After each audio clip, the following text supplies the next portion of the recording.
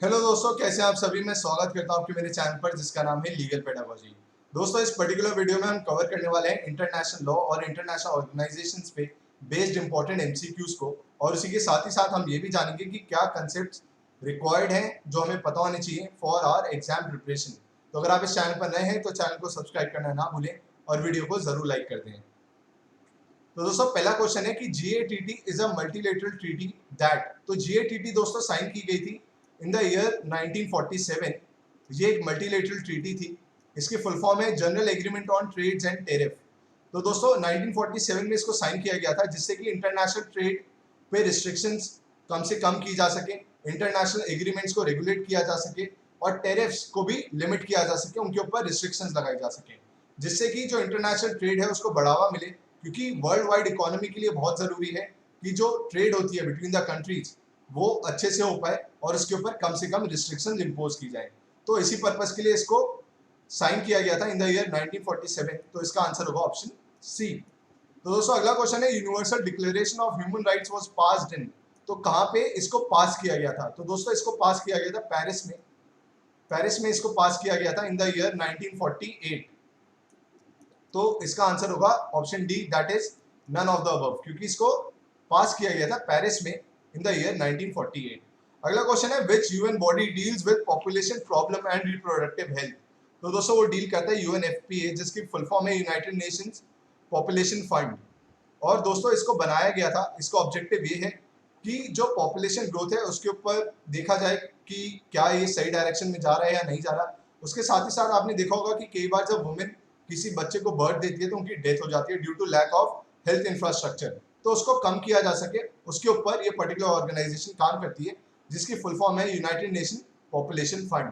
तो यह बात याद रखिएगा। अगला क्वेश्चन है with regard to maritime belt. तो मैरीटाइम बेल्ट होती क्या है कि मानिए ये एक पर्टिकुलर स्टेट है। स्टेट का मतलब दोस्तों राज्य नहीं है, स्टेट का मतलब इंटरनेशनल लॉ में होता है कंट्री। ये पर्टिकुलर स्टेट है और इसके आसपास ही सी है। तो 12 नॉटिकल माइल्स का जो डिस्टेंस होगा from the coastal region of this particular country या फिर स्टेट, 12 नॉटिकल माइल्स का जो रीजन होगा उसको कहा जाता है मैरीटाइम बेल्ट।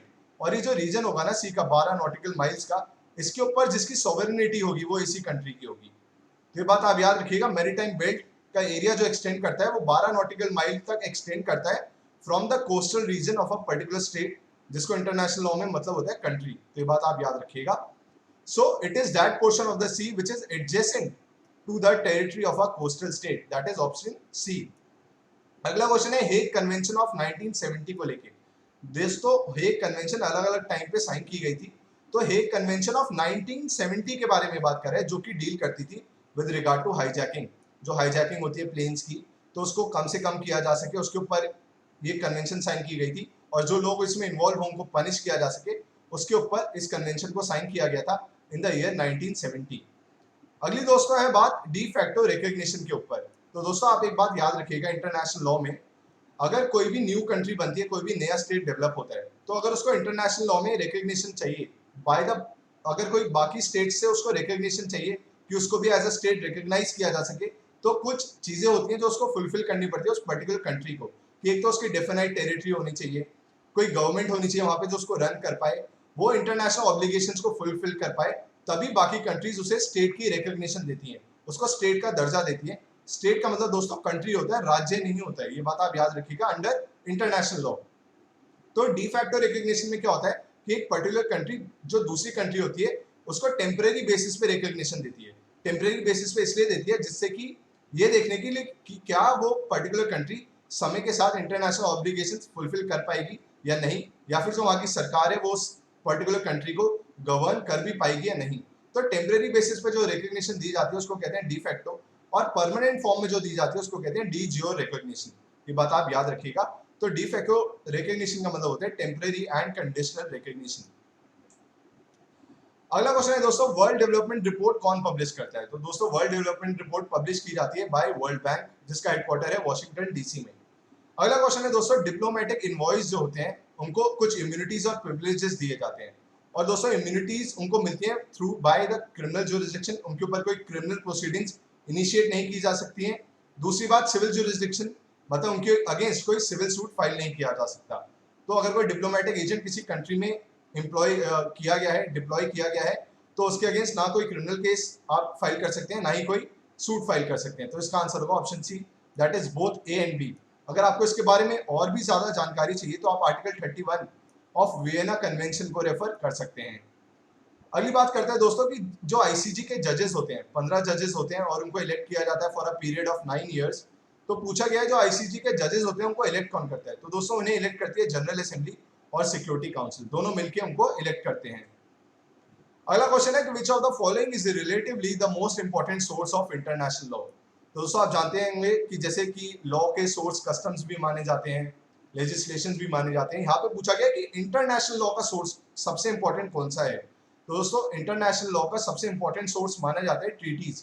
ट्रीटीज होते हैं जो एग्रीमेंट्स या जो एग्रीमेंट्स एंटर होते हैं बिटवीन द कंट्रीज, उनको कहते हैं ट्रीटीज। ये एक फॉर्मल डॉक्यूमेंट होता है। तो दोस्तों इसको सबसे इंपॉर्टेंट सोर्स माना जाता है इंटरनेशनल लॉ का। Although judicial decision, custom, general principle of law, ये सभी सोर्स हैं ऑफ इंटरनेशनल लॉ, पर सबसे इंपॉर्टेंट सोर्स है ट्रीटीज।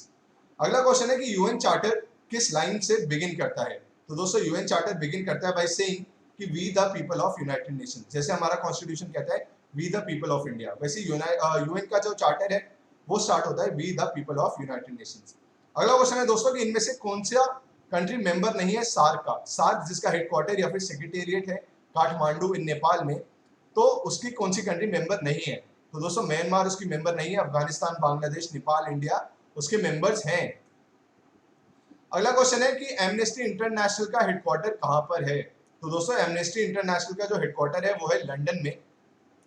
और एक और बात जो मैं आपको इसके बारे में बताऊं कि एमनेस्टी इंटरनेशनल फंक्शन इस बारे में करती है कि ह्यूमन राइट्स जो है उनका वायलेशन ना हो, ह्यूमन राइट्स वायलेशन ना हो, उसके ऊपर उसका पर्पस है एमनेस्टी इंटरनेशनल का कि ह्यूमन राइट्स का जो वायलेशन है उसको कम से कम किया जा सके।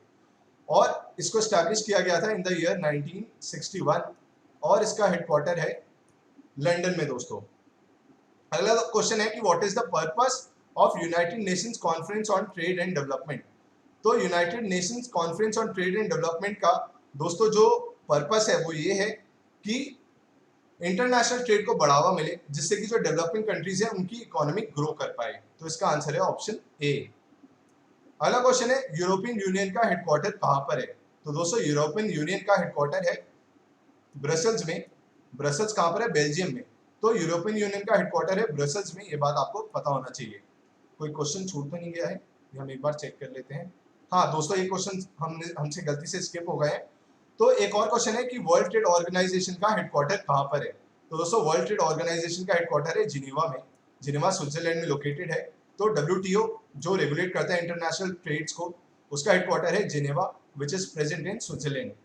अगला क्वेश्चन है वो कौन से पहले भारतीय थे जिन्होंने यूनाइटेड नेशन जनरल असेंबली में स्पीच दी थी हिंदी में? तो दोस्तों वो थे माननीय अटल बिहारी वाजपेयी जी, जो कि हमारे देश के प्रधानमंत्री भी रहे, बहुत ही अच्छे ओरेटर भी थे, बहुत अच्छे प्रधानमंत्री भी थे।